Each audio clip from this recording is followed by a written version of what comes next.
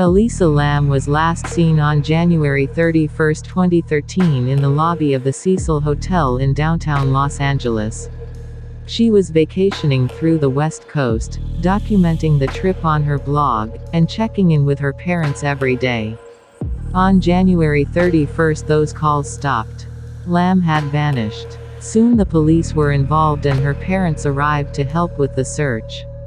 They had nothing. That February, LAPD released elevator surveillance footage of Lam before her disappearance.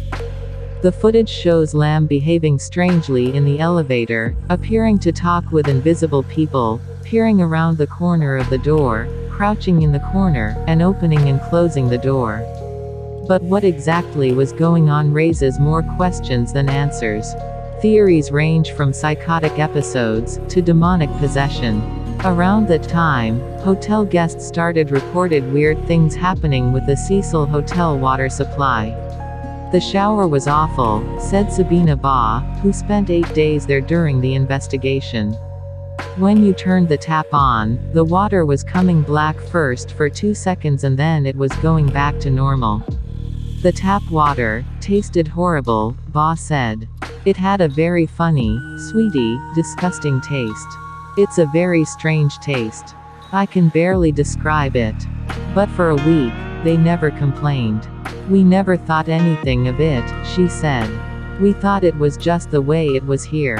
On the morning of February 19, a hotel employee climbed to the roof and used a ladder to investigate the hotel's water storage tanks.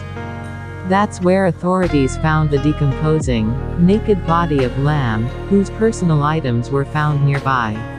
After an autopsy, her death was labeled accidental.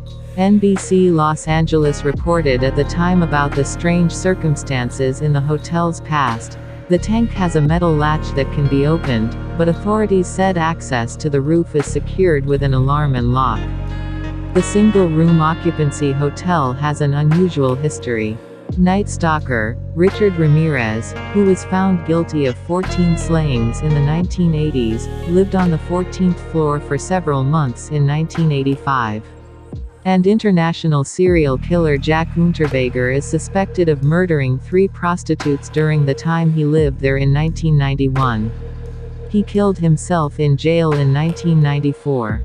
In 1962, a female occupant jumped out of one of the hotel's windows, killing herself and a pedestrian on whom she landed. If you like this video, subscribe our channel.